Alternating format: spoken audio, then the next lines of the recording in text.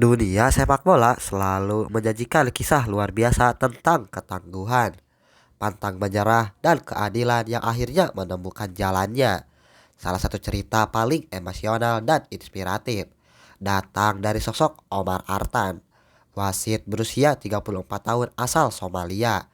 Perjalanannya menuju panggung megah Piala Super Eropa 2026 merupakan sebuah dongeng modern yang diawali dengan kekecewaan mendalam akibat perlakuan tidak adil di panggung Piala Dunia.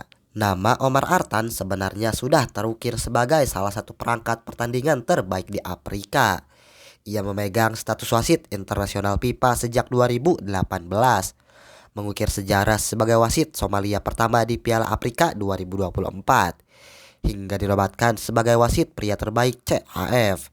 Kerja keras bertahun-tahun tersebut membawa Artan pada puncak impian setiap wasit terpilih untuk memimpin pertandingan di ajang Piala Dunia 2026. Namun mimpi besar itu mendadak hancur berkeping-keping akibat dinamika politik di luar lapangan. Meskipun memegang visa resmi yang sah, Artan secara mengejutkan dilarang masuk ke wilayah Amerika Serikat oleh Custom and Border Protection, penjabat pemerintah Amerika Serikat, menudingnya memiliki keterkaitan dengan anggota organisasi teroris di Amerika. Ditambah lagi dengan kebijakan imigrasi ketat di bawah kepemimpinan Donald Trump yang melarang perjalanan bagi warga dari 12 negara termasuk Somalia. Penolakan ini tentu menjadi pukulan yang sangat berat bagi Artan setelah memeras keringat bertahun-tahun demi mencapai level tertinggi. Di saat sebuah pintu impian tertutup rapat secara tidak adil, pintu kehormatan lain yang tak kalah megah justru akan terbuka. Lewat kerjasama strategis antara UEFA dan CIF, Omar Artan dipercaya untuk memimpin laga bergensi Piala Super Eropa 2026 yang mempertemukan Paris Saint-Germain selaku jawara Liga Champions melawan Aston Villa sang kampion Liga Eropa. Penunjukan ini mengukir sejarah baru, menjadikan Artan sebagai wasit non-Eropa pertama yang dipercaya memimpin partai puncak Piala Super Eropa. Presiden CIF Petri Mostafe bahkan menyebut momen ini sebagai kehormatan besar bagi seluruh sepak bola Afrika. Pertandingan yang berlangsung di Red Bull Arena Salzburg, Austria, berjalan sangat sengit dan panas sejak menit awal. Laga ini membuktikan ketegasan serta kualitas kepemimpinan Artan di atas lapangan. PSG membuka keunggulan terlebih dahulu pada menit ke-20 lewat tembakan kepicak ke Kvaratskhelia, memanfaatkan umpan Desire Doué. Namun Aston Villa pantang menyerah.